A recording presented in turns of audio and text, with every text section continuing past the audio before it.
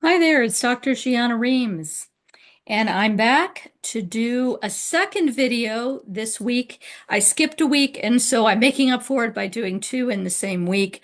This time we are going to talk about what Philip wrought.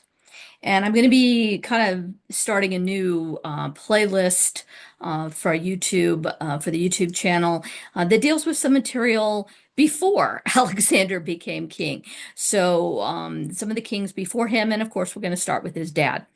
Um, I think there is a tendency, and it actually goes all the way back into antiquity, to compare Philip and Alexander. Lucian got great mileage, the ancient second sophistic writer Lucian, in his Dialogues of the Dead, of actually bringing Philip and Alexander face to face and letting them, argue about who was greater. For Lucian, it was Philip. Diodorus called Philip the greatest of the kings of Europe. And he got that title, of course, because Alexander called himself King of Asia. But there is this back and forth. I have never been really all that comfortable with that, in that I think both of them achieved amazing things. It's not very often in history that you have such a successful father who goes on to have an even more successful son. This just does not occur in history that often. And I think it does lead to a little bit of, the human nature to try to put things in opposition to each other. It's very Greek to put them in competition. Um, so what I'm going to talk about and kind of focus on in this particular video is not Philip later, but Philip early. The first 5, 10 years of Philip's reign, when he really showed what he could do. Okay. So we need to begin by pointing out that you have some fairly strong Macedonian kings all the way back to Alexander the First, who was king during the Greco-Persian Wars. His son, Perdiccas II, so it was the first Alexander. Our Alexander is Alexander the Third, just a reminder. Then we have Perdiccas II. Perdiccas was king during the Peloponnesian War, and he dies before it's over. And at the very end, there's yet another king, Perdiccas' son, Archelaus, comes to the throne. And Archelaus began some of the things that Philip is going to do and complete. And Philip was perhaps looking back to Archelaus for ideas. Um, After Archelaus is murdered during a hunt, the kingdom falls into disarray for a while. There are several kings in a row. And finally, Philip's father, Amyntas the Third, comes to the throne. And he manages to stay on the throne, sort of. He gets run off the throne at least once, maybe twice. But he dies of old age. He dies with his boots on. This is rare for a Macedonian king. At his death, his son, Alexander II, comes to the throne, and we're not sure, but it's pretty likely this is his eldest son. It's certainly the eldest of the three brothers. So you've got Alexander, another Perdiccas, and then Philip or Philippos. Um, so Alexander's on the throne for just over a year before he also is murdered. If you're getting the idea that Macedonian kings tend to die with their boots on, yes. Um, the next one, again, the kingdom kind of dissolves into rival clans, Argeads for a while, and then finally Perdiccas, Philip's brother, comes to the throne. This will be Perdiccas the Third. And then, in just fast forward a little bit, in 359, on a battlefield somewhere in northwestern Macedonia on the edge of Illyria, Perdiccas's Macedonian army faces off against Bardilis's Illyrians. And Bardilis had been ruling over Illyria now, or the Illyrian tribes, with an iron fist for some couple decades. So he's an older man by now, old man, in fact. But the Illyrians trounce the Macedonians. Perdiccas falls on the battlefield. He's dead. Okay? Half the Macedonian army is dead with him. back in Macedon is Perdiccas's younger brother, Philip. He did not go to war, did not go to the battle. He was regent, acting as regent. Thankfully, we have one Argead left, at least of that line. I'm not going to get into the question of did Philip have some half brothers. I've come to really distrust Justin. The whole succession down to Philip makes a whole lot more sense if you go on what Diodorus says, Aeschines says, and some others, and kind of ignore Justin. There may have been some additional half brothers by a second wife of Amyntas. They're not mentioned anywhere else except in Justin. But Philip comes to the throne. Now, Perdiccas had a young son, okay? Another Amyntas, arguably the fourth. And some have said Amyntas briefly reigned with Philip as regent. I find that very unlikely, and that tends to actually be the current thought among most Macedonians that Philip was king immediately. The Macedonians were a warrior people. They wanted a warrior king. They had a viable alternative. They didn't need to turn to the infant child. So Amyntas is placed aside for a while as Philip's heir. He's not married at this point. And Philip goes out and he makes peace with Bardyllis. And probably around this time, he marries Bardyllis's granddaughter or great niece, a girl named Audata, or woman named Audata. Audata is Philip's probable first wife. We have a list from Satyrus of Philip's 7 wives. In order or in a suggested order, and there is some question about the first two, the order of the first two, and then the order of 3, 4, and 5. Wives 6 and 7, where we know when he married them. They're later. But basically in his first 5 years, Philip marries 5 women. The Macedonian kings practiced royal polygamy. Okay, so they're not marrying one and divorcing one. Royal polygamy was fairly common, especially in the East, and it's done for political purposes. The running joke was Philip had a new wife for every new war. It's not quite there, but it's the spirit of it. So he went up, he makes peace with Bardyllis as essentially a client king and is married off to Bardyllis's granddaughter or great niece, Audata. Audata would give him his first child. It's a girl, Canana or Kenna. We get 2 different spellings of her name. An interesting side note, by the way, about the Illyrians. The Illyrians had their women fight, and not on horseback with a bow and arrow. They also fought, apparently, on their feet with spears. Later, Philip would take his daughter, Canana, to war with him, if we can trust Polyaenus, and she defeated an Illyrian queen in combat, and the soldiers appeared to have been fond of her. And her granddaughter as well. So Audata's daughter, Canana, she trains her in military skills, and then Canana turns around and trains her daughter, Hadia Eurydice, as well. Because this Audata, or this Canana, I'm sorry, will be married off to that little boy, Amyntas the fourth, much, much later. But this is Philip's probable first wife. He goes home. He settles puts out some fires in Macedonia. He puts down the Paeonians who were uprising. The Paeonians are kind of wedged in between the Thracians to the east and the Illyrians on the west coast. And the Paeonians are just north of Macedonia. And I'll show you a map in a bit. And he gets the Paeonians under him, and then he goes back. So a year later, he is back facing the Illyrian army again. And this time, he trounces them. Okay, he wins.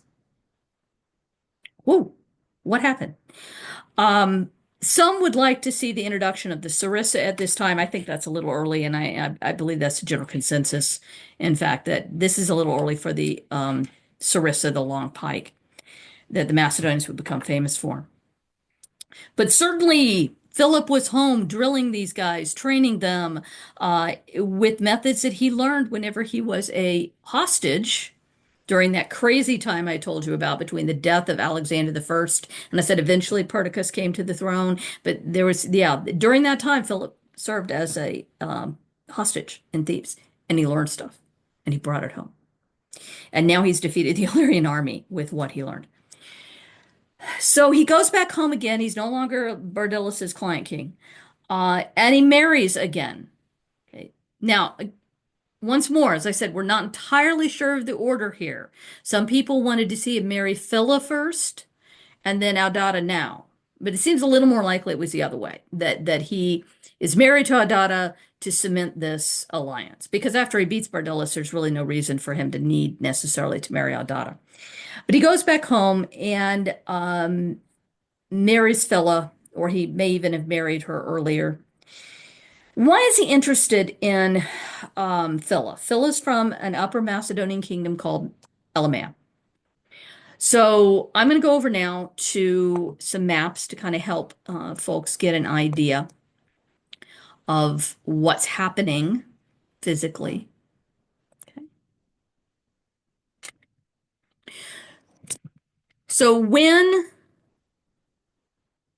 Philip took over, what you see in dark blue, that is what he inherited. That was Macedonia at that point in time. Not very impressive. And also notice there's two little cities here on the coast that weren't under Macedonian control, Methone and Pydna. They're going to come into play very shortly. These areas is Upper Macedonia. Elymais is down around here. Okay, Ani is its big city. The other one is Lynkestis in the north. And throughout Macedonian history, both Lynkestis, northern Lynkestis, and southern Elymais were occasionally in tension with Lower Macedon. Okay, so you have Upper Macedonia in the hills, the Pindus Range up here, and then Lower Macedon in the kind of swampy area down in the south. Okay, the lowlands beneath the Piedmont. There's a big Piedmont from about Dion here all around this area like that. Okay, and that's Lower Macedonia. This is Upper Macedonia. So he's marrying a girl from Upper Macedonia into the royal family there. And Elymais. She was the sister of Dirtis and Machadas. We don't know anything else about her. Okay, she at this point now just kind of disappears. She's in Satyrus's list. We know she's an important Elymaian, but if she had any children, they did not survive. Okay, death in childbirth was unfortunately not uncommon. You're looking at 20-25% infant mortality within the first year. And in our ancient texts, they don't very often talk about children who don't live unless there's a very specific reason. So we know about Philip's actual last baby, Europa, the daughter of Cleopatra, because Olympias kills her. So she figured into the historical record. Otherwise, she wouldn't have been that important. All right. So he has two wives now within his first 2 years or so.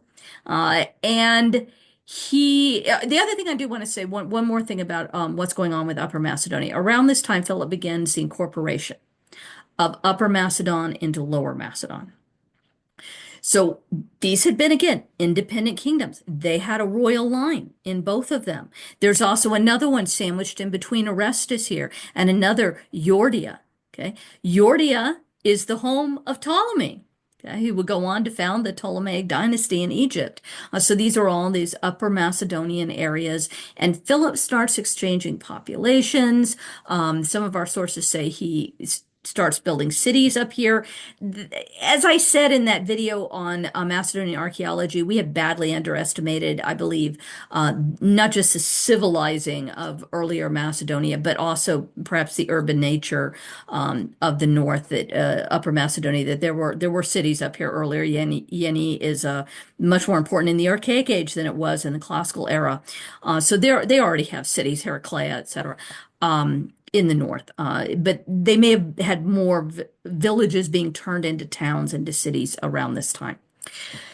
This wasn't necessarily popular. Okay, so I want to point that out. Philip would have gotten some pushback against doing this early on, but he pushes through. Later, when Alexander's over in Asia and he's instituting changes, a lot of the Macedonians at that point are kind of looking back to Philip as if, oh, Philip was a much better king. He didn't do, yeah, he did. In his early years, he was doing stuff that wasn't popular either. Okay. It's just people had almost forgotten about it by that point because it had become the way things are. So he marries Phila. He's married Aldata. Aldata's given him a daughter. We don't know what happens to Phila. Maybe she died in childbirth. Who knows? Then he moves in 357 east. He makes his first foray to the east. You notice this town, Amphipolis, is not originally in our blue circle. Okay. Amphipolis is a colony of Athens, and almost from its founding, Amphipolis separated. Colonies were not beholden to their mother cities. They were politically independent. And they often worked together, but they didn't always. And Amphipolis is a good example. Amphipolis didn't always want to play with Athens. And Athens continually wanted to control Amphipolis. Why? Okay, and there's Athens, just to put it in the map. Why? Because it's sitting on the Strymon. It's sitting on a river that goes up into Thrace, and it's down this very big river. You can bring timber down that river. Also, there's a mountain up there, Pangaean, and Pangaean had gold, okay, as well as silver. We're told Alexander the First, who did control Amphipolis at one point, was getting a talent of silver a day out of it. So quite a lot. So it's a very good silver mine up there. Athens would love to have control of that city. They don't want to be controlled. Okay. Around this time, Athens is nipping at Philip's heels. They're supporting alternative Argiads who are challenging Philip. And so Philip makes a deal with Athens and says, basically, back off, dudes, and I'll get you Amphipolis. And then you give me Pydna. Okay. Pydna is the bottom of these two cities. Pydna is a Macedonian foundation. It was Macedon's port, but in the middle 300s, it had come under Athenian control. Macedon would like it back, and so Philip says, "We'll trade. You give me Pydna, I'll give you Amphipolis." All right. So in 357, he takes Amphipolis, but he also turns right around and attacks Pydna with some insider help and takes the city of Pydna as well. So he doesn't need to give Amphipolis to get Pydna. He's got both. And he says, I'll keep them. Thank you very much. Okay. That did not go over well with Athens. It's also around the same time that he does take the city of Potidaea, which is right on the little isthmus of this third finger here. This is the Chalkida Key. This area is Macedon. This area, Thessaly, Epiros is out here, but this is Greek colonies, southern Greek colonies. Okay. And he did hand over Potidaea. He did say, okay, Athens, I'll keep you happy. I'll give you Potidaea. So he gives him Potidaea. But he starts looking around up to the north. He's got Amphipolis. He pushes up here to what was Crinides. And he takes Crinides and renames it Philippi. Okay, so now he's moving out toward this area, okay, as well. And he's expanding. He's got by the way, the Paeonians are up here. Okay, so he's taking the Paeonians. He did that before he went and fought the Illyrians. Illyria's out here. Okay. So he's racking up these cities here in the north and in the Chalkida Key area, and he finally turns to Methone. Methone is a very old foundation, at least the 700s, 700s. Lots of really interesting archaeology coming out of there right now. It was founded by Euboeans and Phoenicians who were trading with the inlands and may in fact have given the early boost to the Macedonian kingdom here. Methone has some of the oldest Greek writing along with Pithecusae. So very important city. It's always been a Greek city, a Greek foundation. Philip takes it in 355. Okay.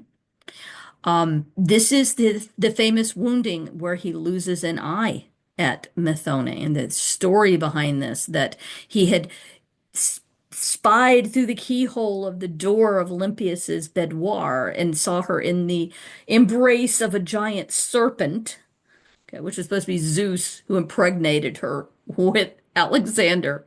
And so he lost the eye that he witnessed this with. Great story. Obviously, this is not true, but it gets propagated later. All right. So Philip is doing quite well, less an eye. Okay. He's got all of this area. It is also around this time that he starts doing dealings with two other areas just to his south that are also Greek areas. So we have Thessaly down here and Epiros. All three of these little areas are on a continuum, if you will, of monarchy. Okay. This is part of why they got eyeballed from the south as not really Greek. Also, especially Macedon and Epirus had some input from local tribes, Thracians. The further north you go, unsurprisingly, the more Thracian the influence. Epirus also is getting some stuff from Illyria. The Thracians and the Illyrians are not Greeks. But the languages, we recently have now enough stuff from Macedonia to say, yeah, it's a Dorian form of Greek. Thessalian is Greek. Epirotes are speaking Greek. But they don't live in city-states. So a reminder, there is no ancient nation called Greece. Greece is a landmass. And in that landmass, you have all of these city-states that are independent. Athens, Sparta, Corinth, Olympia, Elis, Phocaea, Thebes. They have their own magistracies, they have their own calendars, they have their own money, and they're all independent and they fight each other as often as they get along. All right, so Macedon is an absolute kingship. Okay, it is not a constitutional monarchy, it's an absolute kingship. Epirus is more along the lines of well, I wouldn't call it a constitutional monarchy, but it's got a council as well as a king. And the council kind of decides who's going to be from the Molossian group is going to be the king. And then Thessaly, you have Thessaly. Thessaly has important families, oligarchic families that run. It's in the south where you have oligarchies, you have competing families. In Thessaly, it's like one family runs it. So Jason of Pherae, for instance, is that he's from the family that ran Pherae. Larissa, the Aleuadae are longtime allies of the Argeads. And so Philip is messing around down here in Thessaly. And he also marries here three more women from these regions. His brother Perdiccas had already betrothed him to a princess, the youngest daughter of the then Molossian king. And they were younger at this point. Olympias was a child and Philip was a teen at this point. And now Philip will make good on that.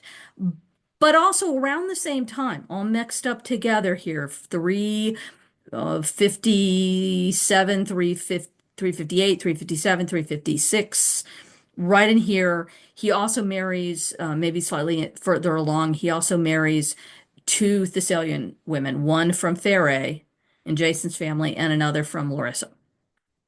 We're not sure of the exact order of these three either. So you have your first two, and then a couple of years, and then the next two. But basically, it's within 5 years of Philip coming to the throne. He has married five women. The Thessalians may have been married at the same time. There are arguments to be made on both sides of that, with Olympias either sandwiched in between them or wife number five. Okay, so the Thessalians would have been married around 357. So is Olympias. Okay. Alexander's born July 19th of 356. So she would have been married in late 357. Okay. So you've got another three women right in a row. And the one of those, Philina, gives birth to a boy. Okay, that will be Arrhidaeus, Alexander's half-brother, who will go on later to be Philip III Arrhidaeus.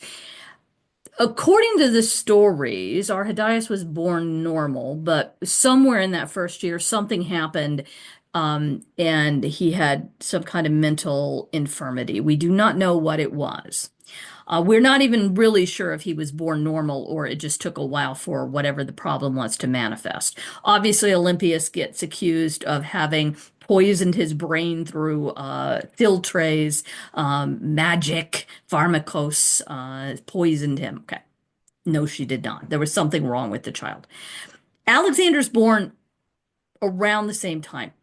They are probably within a year of each other. It is not clear which one's older. Okay. Probably Arrhidaeus is slightly older than Alexander. maybe by as much as a year, maybe just a few months, or he could have been a little bit younger than Alexander. So Olympias gives birth to Alexander. Philina gives birth to Arrhidaeus. Philip already has Canana. So there's three kids. Then Olympias turns around and gives him a daughter, Cleopatra. Then the other Thessalian wife, Nicopolis, gives birth to Thessaloniki. We have two different possible birth periods for Thessaloniki years. I tend to lean to the older, that she was on the older side, but I'm not wedded to that by any means. Um, and Nicopolis died only 20 days after her daughter was born, probably from an imperfectly delivered placenta. So not all of it came out, and she died of sepsis. That's a very good guess. It is unfortunately common. Olympias then raised Thessaloniki. So Thessaloniki, Cleopatra, and Alexander would all have been raised together, and then you had Arrhidaeus and Canana, slightly older than all of them. But those four kids were a couple of years younger than Canana. Canana would have been born probably around 358.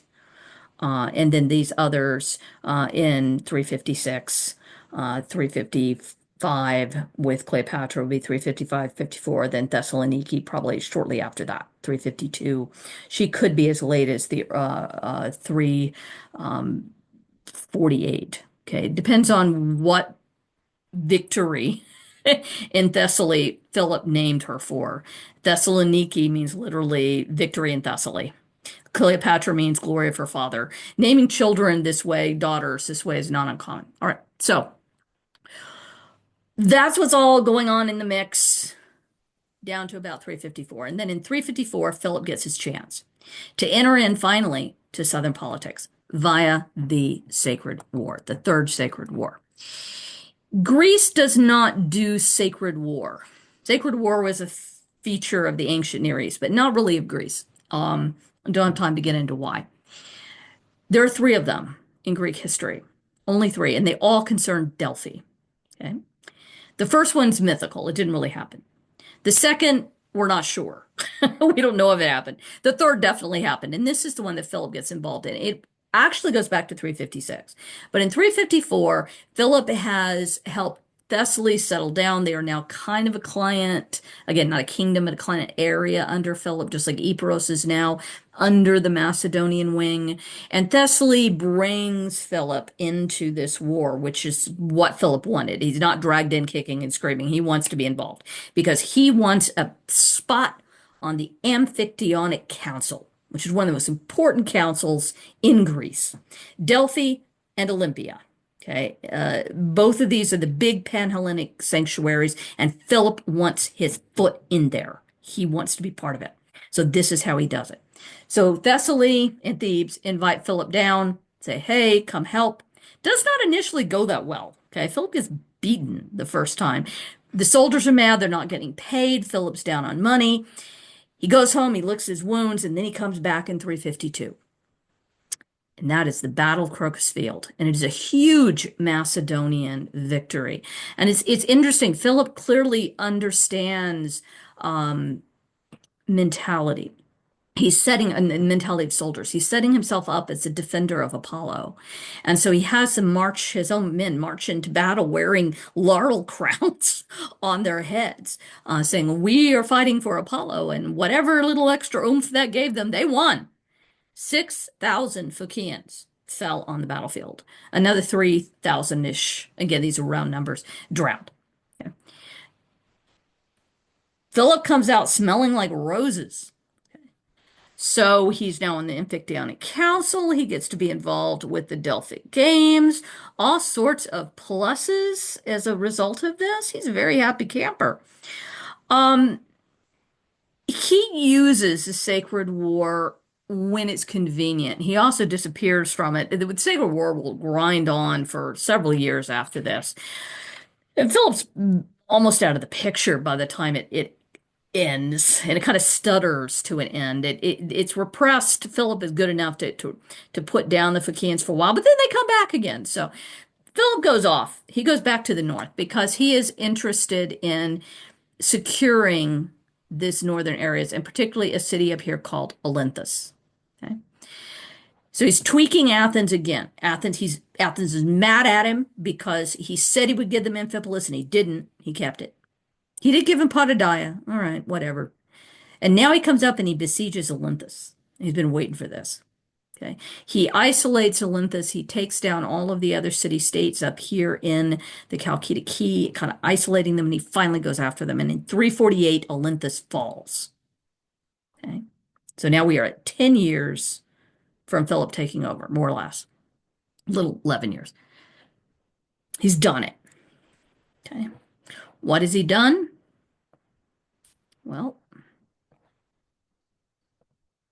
let's put them side by side. Okay. So here is what Philip got from his brother. This is what Philip has won within about 10 years of taking, 11 years of taking over as king. Okay. He has more than doubled the size of Macedon. Yes, I am including Epiros and I'm including Thessaly in this because even though he wasn't technically their king, they did what he told them to do. Okay.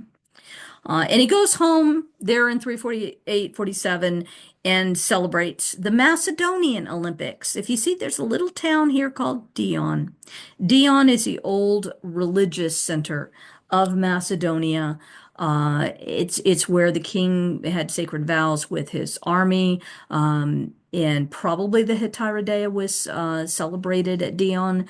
And Dion had the Macedonian Olympics. It was at a different year, wasn't the same year as the Olympia Olympics down in the Peloponnesos. This is the northern one, and he celebrates it to put kind of the cherry on top of his achievement. And then he will turn his attention off to Thrace and he'll take over Thrace in that. But that's outside the realm of what I wanted to talk about here. Just to give you a little visual of what Philip manages to achieve. The fact that he stayed alive, much less more than doubled his kingdom, is a true testament, I think, to Philip's skill. So an introduction to Philip. This is the king who, whenever I am teaching my Argead graduate seminar, it is unexcitedly called Argead Macedonia, but my nickname for it, as I tell the students, is this is my I'm going to teach you to love Philip class.